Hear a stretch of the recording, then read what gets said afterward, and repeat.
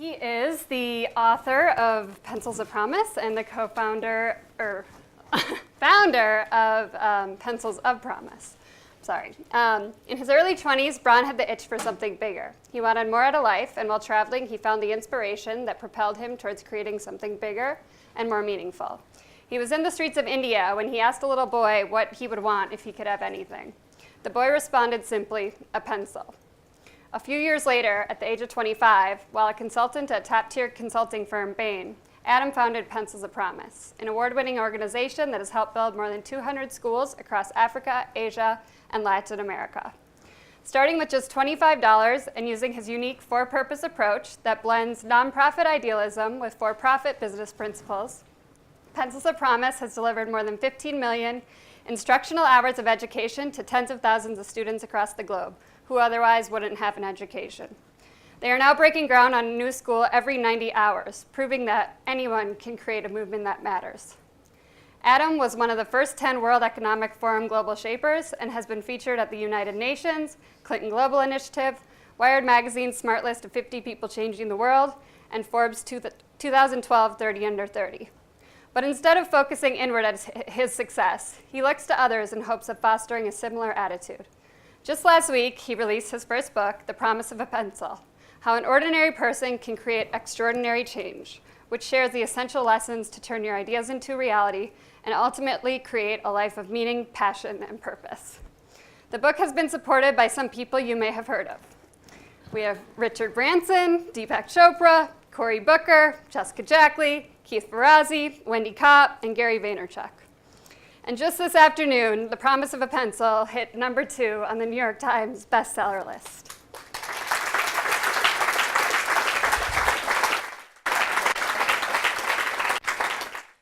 We're so lucky to have Adam in class this evening with us. He'll be signing copies of the book after class for a small $10 donation.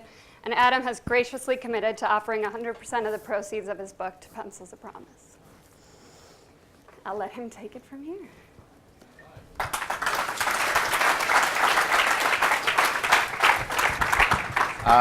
So can you guys hear me okay? Yep. Great. So if we get the presentation up. All right, so I figured I would just give a quick 10-minute talk, and then we can get into, I guess, kind of fireside chat style, and then I'll close with Q&A. So right now is truthfully a very surreal moment. I literally got a call from my publisher 3 hours ago who just truthfully did not believe that this book was going to move volume, that people were going to get behind it, until 5 days ago when it completely sold out Amazon and Barnes & Noble in the first 5 days of the book's release. And then she still was like, you know, I'm really hopeful that it's going to do well on the list, but right now there's Bill O'Reilly and there's Chelsea Handler and there's Malcolm Gladwell and there's all of these incredible books that are out right now, Lean In by Sheryl Sandberg. And literally 3 hours ago, I got a call that said, Adam, you're a New York Times bestselling author, and it's number 2. And Chelsea Handler's 3, and Bill O'Reilly is 4, and Malcolm Gladwell's 5. So you guys are catching me at a very, very surreal moment. So the truth is, the way that I got here was by first sitting in each of your seats. I mean, it really wasn't that long ago that I was an undergraduate college student at Braun University, just kind of like trying to figure out what am I going to do with my life. And I had some kind of itchings in one direction or another, but very quickly I'm just going to walk you guys through the path that I took to now, fortunately, be able to stand in front of you right now. And so I'll walk you through really 3 things. One is my personal story, the second is the story of the organization, and then the third is the lessons that I picked up along the way, which are now all captured in this one book. And so my story really starts with a very simple question. And the question was, or really is, if you could have anything in the world, what would you ask for? And I would almost encourage you guys to each think about that. And I'm not saying some kind of metaphysical thing. I'm literally talking about a physical possession. Because for me, growing up, I wanted a really big house. I wanted to be as rich as possible, like literally the wealthiest man on earth. That was my ambition. I grew up in Connecticut in a town. I was born in New York, but my parents sought the best public education system in the area, which was in Greenwich, Connecticut, and so that's where they moved to. And my dad was a dentist, my mom was an orthodontist, and a lot of my friends' parents were hedge fund managers or investment bankers or heads of big companies. And some other of my friends' parents were cab drivers, or they worked at a hospital, or they worked inside of some service industry. And the biggest thing is that I was a basketball player growing up. And so the kids that were usually the best players didn't always live in the best neighborhoods. And so I spent a lot of my life going back and forth between these really, really rough projects where I'd play ball and then coming back to beautiful backcountry Greenwich where I'd see these massive mansions. And I just thought this income disparity doesn't make a lot of sense to me, but I know that I want to be on the wealthy side. And so I collected like basketball cards as a kid, and I realized at one point in time that you could trade a Karl Malone for a David Robinson, and then a David Robinson could get you a Charles Barkley, and if you got 2 Charles Barkleys, you could get a Michael Jordan. And there was this magazine called Beckett's that showed you the value of each card, and it was really cool to be like, oh, I just traded these cards all the way up to getting a $50 Jordan. And then I started talking to some of my coaches and explaining that I wanted to be really wealthy and I liked collecting these cards. And they were like, well, I do that for a living. It's just called picking stocks. So I thought, well, that's what I want to do. So when I was 13, I opened up an E-Trade account. By the time I was 16, I was working at a hedge fund that summer. By the time I was 19, I was working at a fund of funds. And I was kind of on this fast track to go become essentially a wealthy investment banker, which was really what I wanted more than anything else. But I was playing basketball. I was fortunately recruited to Braun to play. And so I'm playing ball at Braun. I kind of have this like dream life, and it seems like it's working out. And then I saw this film called Baraka, which was shot in 24 different countries, and it was just the most beautiful thing I'd ever seen. And it shows these indigenous cultures all around the world, and I had never been to the developing world or truthfully even really seen it. And I just remember thinking, if these things are happening right now, I need to go witness them with my own eyes. I was literally a sophomore. I was 20 years old, and I was just like, I need to go see this. And I think a lot of times the first step for a lot of individuals to strip away kind of the armor of what we are and how we define ourselves and instead be vulnerable and admit this is who I am happens when you leave your comfort zone. And so I left the basketball team. I broke up with my girlfriend. I even withdrew from school because Braun doesn't give credit for a semester at sea. And I went on the program semester at sea because it was going to 10 different countries all over the developing world, and India was one of the places, and the most powerful scene in Baraka was shot on the Ganges River in India, and I was like, I just need to go there.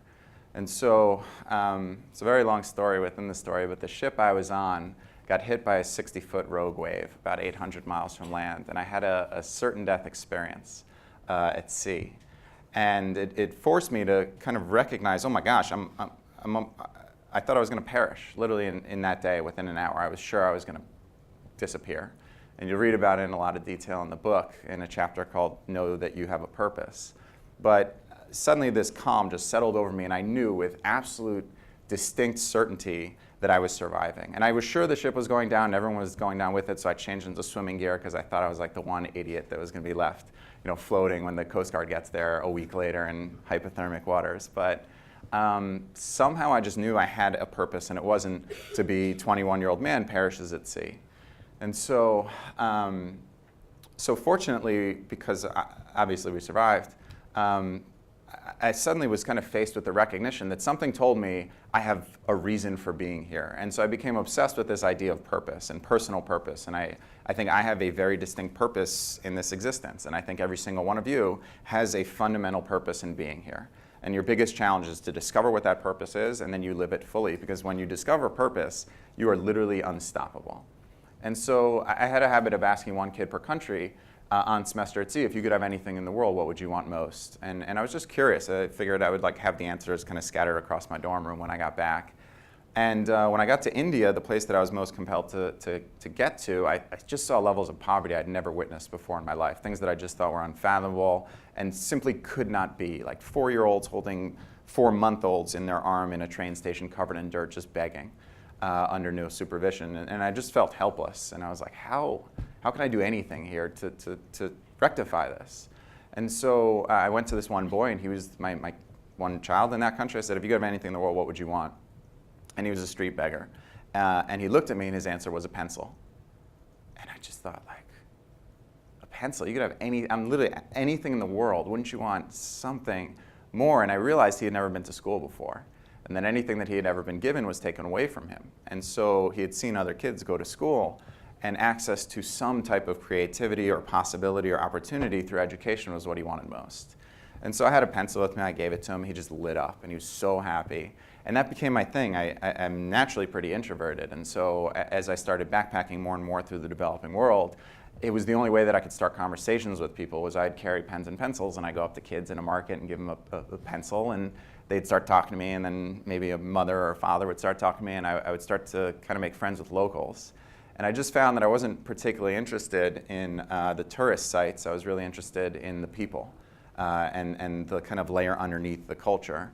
And as a backpacker, which is pretty much what my whole identity was from 21 to 25, I didn't have a lot of money. And so the best way for me to travel was to go to the poorest parts of the world and essentially live with locals because I loved it. And it was very, very cost efficient, if you want to use that word. And so I had the habit of passing out these pens and pencils as I went along. And I was just really kind of motivated around the idea that right now the number is 57 million. You have 57 million children without any access to any form of education currently. Then you have 250 million that go to school every day but can't read or write their own name by the time they finish 5th grade. So we have these incredible issues around access and quality of learning throughout the world, but truthfully, those aren't huge numbers, in my opinion. 57 million and 250 million are not massive if you think about the fact that a company like Facebook has over 1 billion users. So one, it's not that intimidating or daunting to me, as crazy as it sounds. And then the second thing is, in my opinion, education, and this is something that somebody else shared with me, he just said, education is the most stupidly solvable issue of our time. Because we have every single thing that we need right now to educate every child. You know, we're not looking for a mystery vaccine.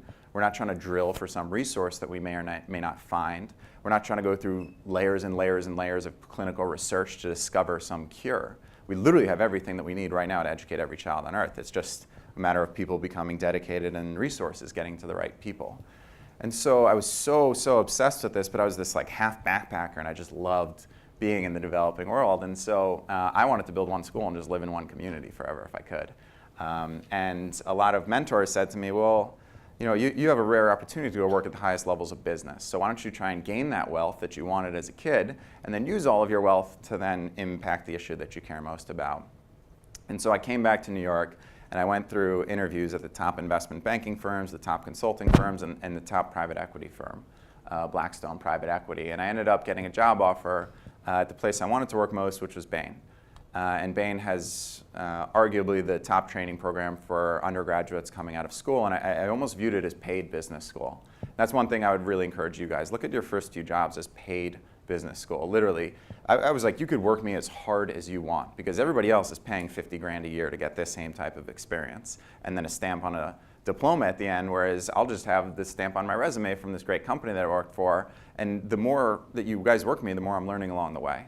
And so I went to Bain, I was working my butt off, and I kind of picked up my head about a year in, and I realized that I was living a very self-centered existence in New York City. And it happens to a lot of people. It's just there's so much opportunity. You know, you kind of freak out when you get there. You're like, oh my God, the best party ever is happening every night of the week, and the best food possible is happening 24 hours a day, and there's the coolest cultural stuff, and it's just overwhelming. It's literally like you become a kid in a candy shop, and you start to become so self-absorbed with how can I do more, how can I become more, how can I have more. And so I found myself in this great job, great city, great apartment, great friends and all that, but I wasn't living in service of anybody else. And one of the things that I've really come to recognize is that happiness is actually found in service to others. And more than anything, happiness is actually a product of meaning. A lot of people think that happiness and meaning are the same thing, that you can actually have them all at once. You know, I want happiness, I just want to be fulfilled. And they're two totally different experiences, and they're two very different pursuits. And if you actually study the science behind it, you can be a very happy person with very little meaning in your life. And most of the people who live the most meaningful lives have a lot of unhappiness because it's difficult. But I wanted more than anything to find meaning, and as a product of that meaning derive happiness, and that happens through service to others. And so I thought about, well, who's the person who's done the most for me in my life? Who's sacrificed the most so that I could have been in my current position? And it was my grandmother.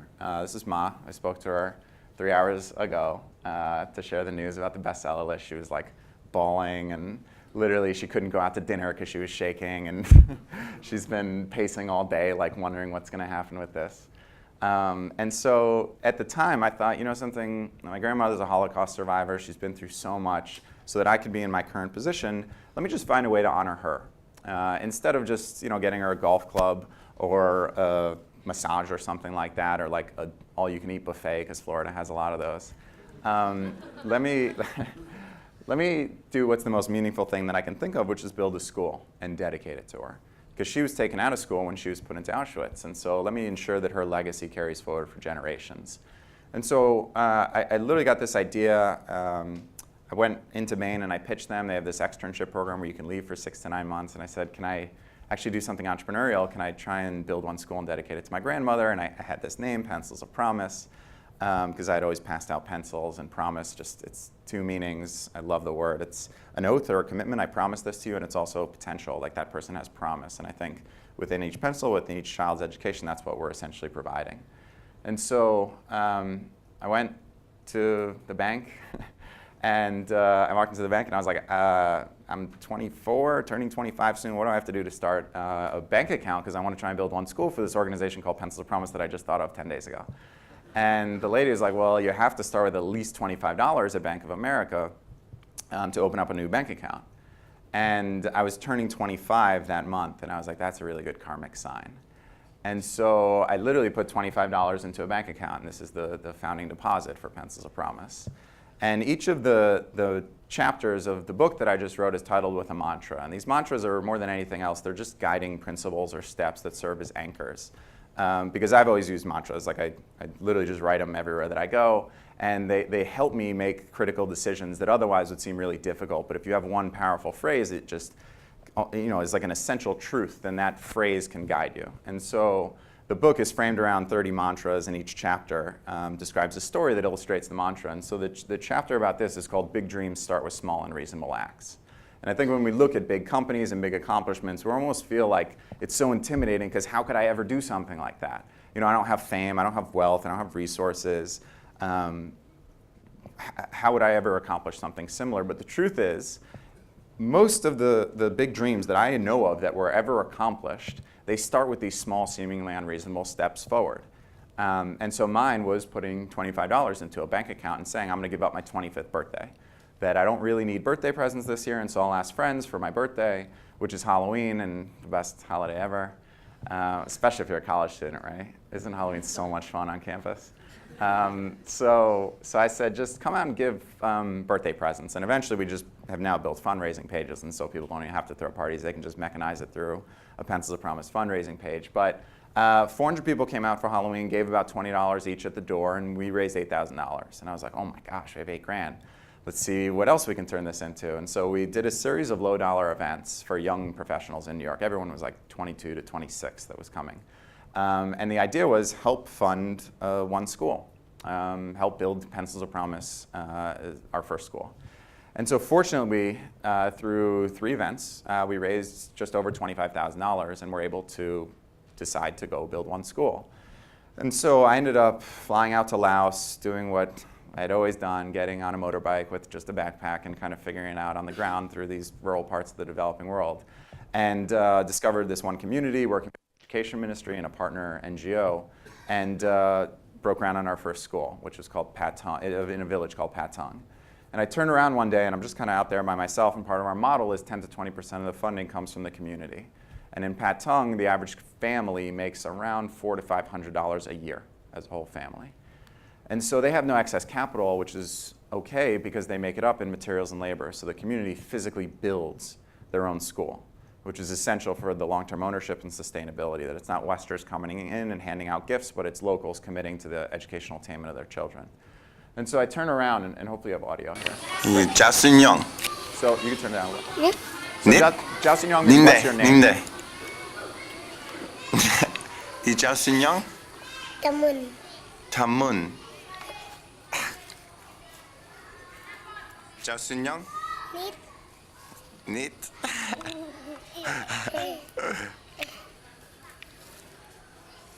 So what you're going to see is the primary school, and we were building a preschool. It's a one-room preschool, and you'll see bricks, which are the groundbreaking, and it kind of hits me in this moment because of their age. And you're going to be our first preschool students. Yeah, sounds good? All right, I think you guys like it. So at this point, I was Mark Zuckerberg's year in college, and I was at Braun in the sophomore class when he launched it in the sophomore class at Harvard. And so back then, this is early 2009, very few nonprofits ever touched digital social media. They saw it as kind of a distraction. And you got to keep in mind the economy was really bad, so they were even more focused on high-level donors. And yet I was just all about building community on digital and social, because I could see that that's where the fabric of our culture was going. And so I went on and I posted this on Facebook, and I tagged every person who had come to my birthday and given $20 and just said, look, this is what you guys are impacting. And I went to sleep because Laos is a 12-hour time difference. And I woke up and it had been a full day back in New York, and my inbox was just flooded, absolutely flooded with people that said, oh my gosh, I haven't been told where my money goes before. This is so amazing. How can I be involved? Please let me know what happens with these kids. And so it then shifted from this personal mission about honoring my grandmother and building a school for her to now actually getting better quality education for these girls that otherwise would have access to no school at all.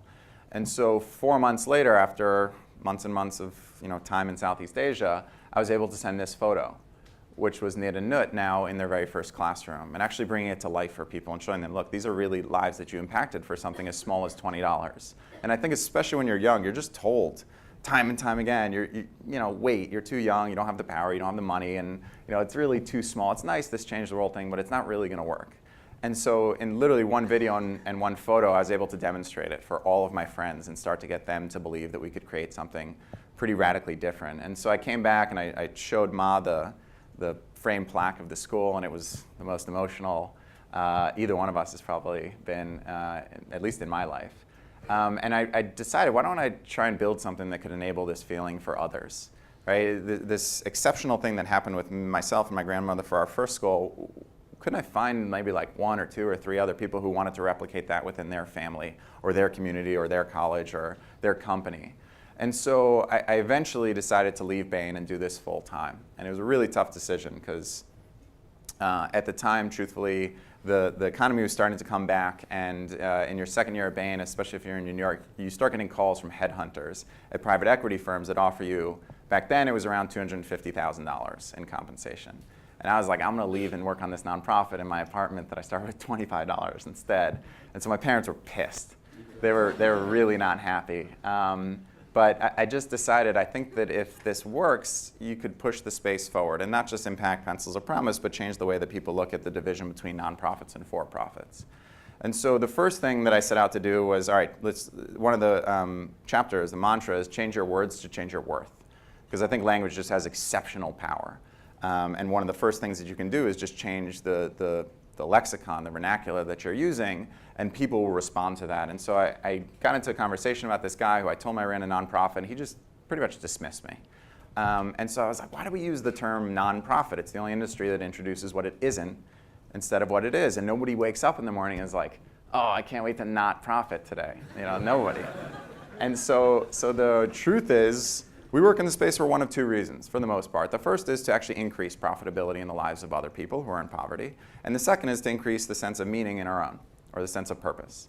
And so I just thought, let's reframe the way that we speak about this space. Why not, instead of for-profit and nonprofit, let's have for-profit, and then we'll just say we're a for-purpose organization. And so I shared that on stage at Google's annual event that somehow they let me sneak into and speak. And I just said, going forward, I think nonprofits should call themselves for-purpose organizations. And there was this audible gasp in the room of oh, what is he talking about? But it started to get adopted. And eventually now I've seen this actually adopted by for-profit companies. And I think that's a great thing. I mean, in my mind, for-purpose is you exist to solve a critical societal issue. Whether you're a nonprofit or for-profit, that's just your business model. And so anyway, as part of this, it also meant really valuing what we could bring to the table. And that meant more than just building schools, but then training teachers. Because obviously you need quality teachers in quality classrooms to get great educational results. Then we eventually expanded into scholarship programs. So now we have scholarship programs where right now in rural Ghana, about 30 to 40% of kids progress from primary to secondary school. But in Pencils of Promise communities where we have our scholarship program, 97% progress. And so I really wanted us to be judged not just by the number of lives that we touch, but actually the results that we produce, which again is back to this for-purpose idea that you can run an organization with the head of a great business and the heart of a kind of idealistic humanitarian.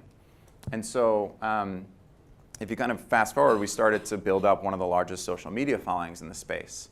And rather than looking at ourselves as an organization to be pitied because we help people that are in poverty and kids in the developing world, I said, well, this is a valuable marketing asset. And let's treat it that way. Let's not just ask for money, let's actually earn a fair amount of our money. And so that led to critical business partnerships. So this is one with Chegg. How many people here know Chegg or use Chegg, right? That's so cool. So I know obviously the largest textbook distributor, most college students. So we built a partnership with Chegg. And I spoke at their headquarters 2 days ago in San Francisco and shared this with them because their head of marketing gave me the data, which is that they ran a huge campaign with Taylor Swift earlier in the year. They put a ton of effort into it, and then they ran a big one with Pencils of Promise. And with the Pencils of Promise one, we basically said use this hashtag and $10 will go into Pencils of Promise on behalf of Chegg. And you would think the Taylor Swift massive celebrity, super positive imagery, et cetera, would be their biggest campaign of the year. The Pencils of Promise campaign, according to their data, more than doubled the impact and impressions and engagement of the Taylor Swift campaign. And it was because we made the other individuals the hero, right? And truthfully, every talk that I give, I never think of myself as like, oh, I'm the one who coming out of this is going to feel really good. It should be one person in this room. And ultimately, one thing that I've learned from a fair amount of public speaking is, if there's 100 or 200 people here, chances are I'm not going to win over all 200 of you. It's just statistically not going to happen. But if I find one of you where the message that I'm sharing really resonates and you say, oh my gosh, I'm going to find a way to build a school this year, then that's success. And then you become the hero of this story. And that's how Pencils of Promise has progressed, by finding individual heroes in unique rooms like this one. And so if you fast forward, it's been a little bit more than 5 years since I put $25 in the bank account. The organization has just grown really quickly because of a couple of these ideas and some really good people around it. And I got back from Ghana a month ago where we broke ground on our 200th school and now have more than 20,000 students every single day learning through Pencils of Promise programs. And so I just want to share with you guys a quick 2-minute video so that you can get a little bit more color to the type of children that we impact and the people who have made this possible. So it's just a 2-minute video for you guys.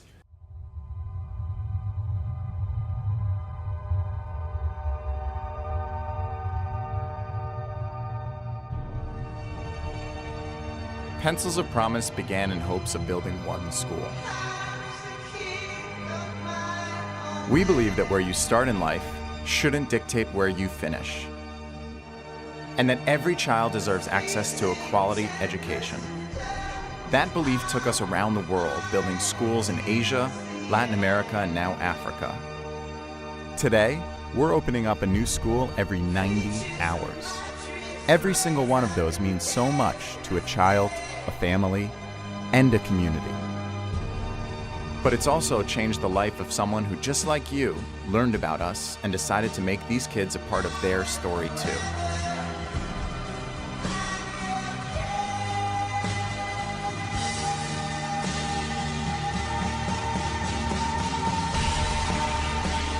While I built the first school to honor my 80-year-old grandma, a college DJ sold albums to build our 30th. Joel ran a marathon to build our 50th. Kennedy biked across the entire country to build our 70th. Sophia asked for donations instead of birthday presents to build our 90th. And George, a university student from Ghana's passion, put us over the 100 school mark.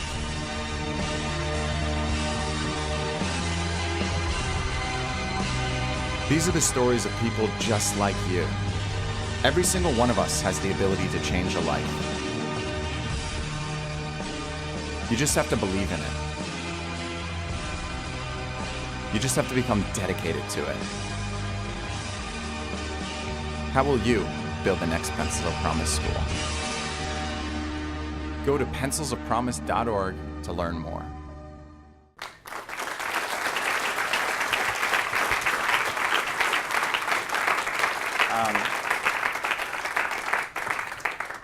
So there was more, but I think we might as well We're just tight on time. chat. So, And then the last thing I was going to share was, truthfully, if I can point to one thing that led to the book doing what it did today, it was this decision, which I made 2.5 weeks ago at a board meeting, which was rather than giving a portion of the proceeds, which most people were like, yeah, that's what you should do, that'd be really nice, giving all proceeds from the organization, from the sale of the book back into the organization. The response to it's just been overwhelming, and when you do this work, truthfully, you don't get into it exclusively for the capital. You get into it for spreading a message that you really believe in. And so the response has just been awesome. And obviously, when we're done chatting, I'm happy to sign every book here, and hopefully you guys can take one away and share it with others. Since we're tight on time, let's Yep. just kind of wrap up so they can ask some questions. But just some final words, like about, all these students as they're navigating, their next steps in career, about finding your purpose and making a story worth telling. Yeah,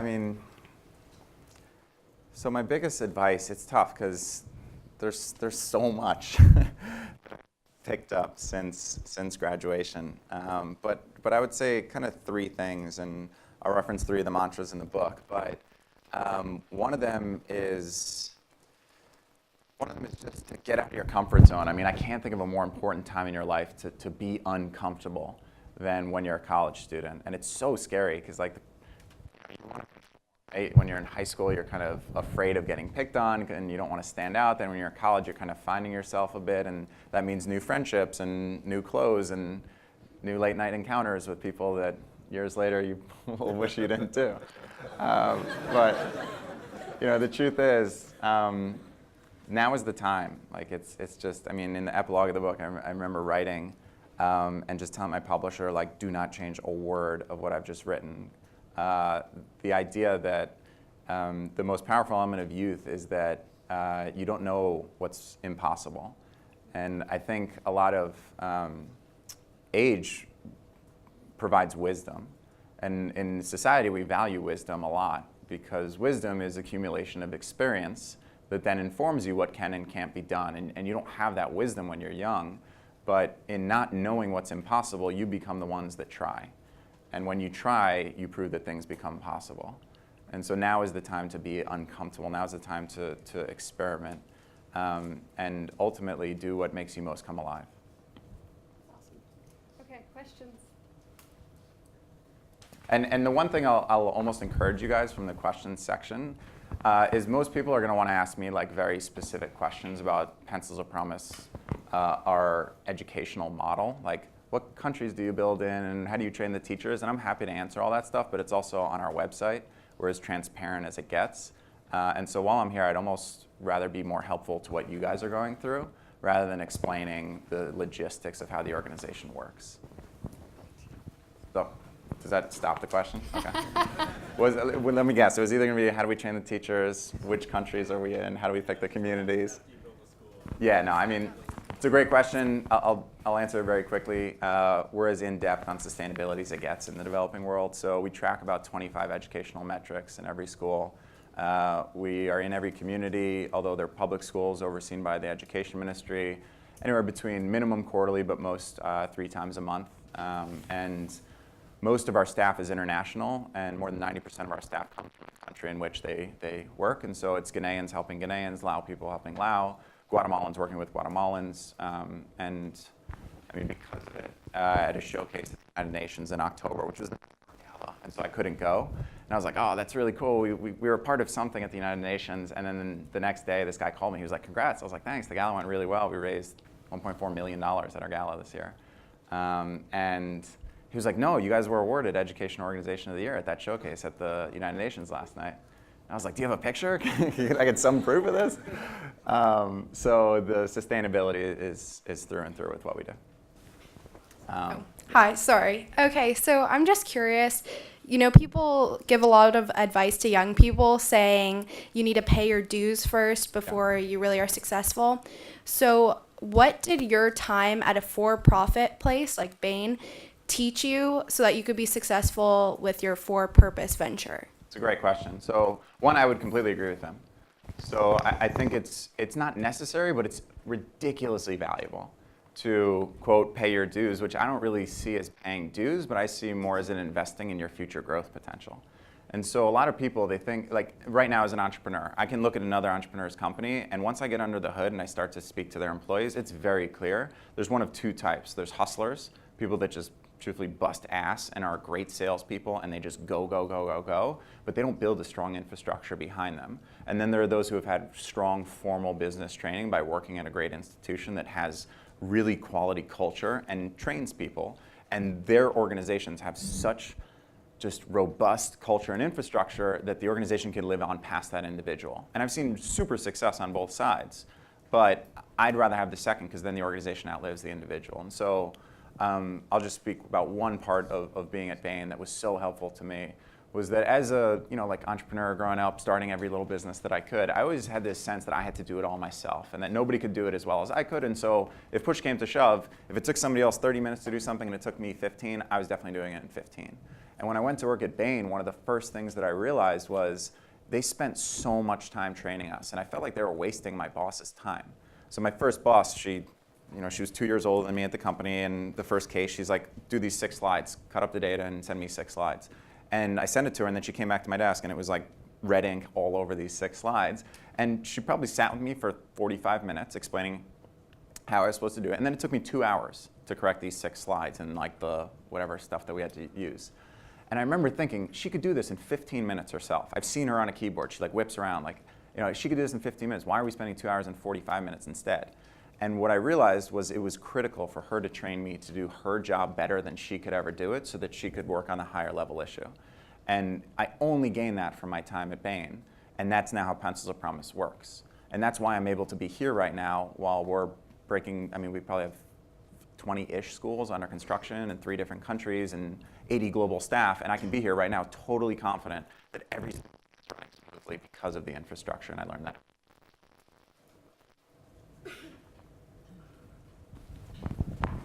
Last one, since we have to wrap up. Hi, my name's Andrew. Hi. So when you decided to leave the country from when you were 21 to 25, and you said you were basically backpacking, how did you decide to do that, and did you feel like that was going to set you back in any way once you returned?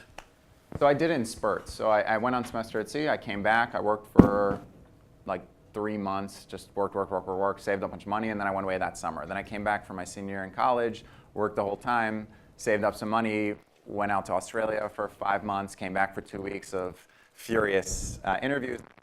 And they give you a $10,000 signing bonus. And so I had enough money to travel for like the next 8 months, and then I came back to worked at Bain, and then my first vacation went backpacking through Guatemala. So it was very much on and off, and I think a lot of people, they think you have to go like full into one direction, but you can actually balance it. The pencil story that a lot of people kind of know me for happened when I was 21. I started the organization when I was 25, so it was like a 4-year progression. It doesn't have to happen right away. Okay, one more.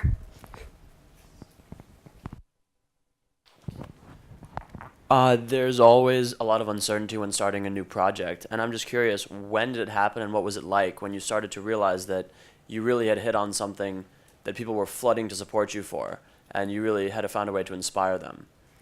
So first of all, this was unique, but when you feel this, like one of the chapters is called Embrace the Lightning Moments. I think rarely in your life something happens, but when it does happen, where you feel literally like electricity go through you because you're so excited about something, you have to go forward with it. And I never, ever hoped or believed that Pencils of Promise worked out. I knew from the second that I thought of it that it was going to build hundreds of schools. That's how confident I was, because it moved from passion into purpose. Like I genuinely have believed for 5 years, this is why I'm on earth, is to build this thing. And you're unstoppable if you have that level of relentless commitment. But eventually, it started to resonate with other people, and you just hear no, and eventually, you start to hear yeses, and a lot of people think there's one thing that happens. I remember thinking the Chase Community Giving Contest, it launched for the first time, and it was like $1 million prize, and I was like, oh my God, we're gonna win this. And we didn't. Invisible Children won, and we were in second for a little while, and we ended up getting 25 grand, but it's actually not one big thing that really moves the mountain. It's 10,000 small, medium, and large wins. You just have to keep on plugging. This book, what just happened today, it's crazy. I don't even know what's going to happen next, and maybe I'll look back and say today was the day. But my guess is today will be one of the bigger steps in the 10,000 steps that are necessary. Thank you. It is so rare to get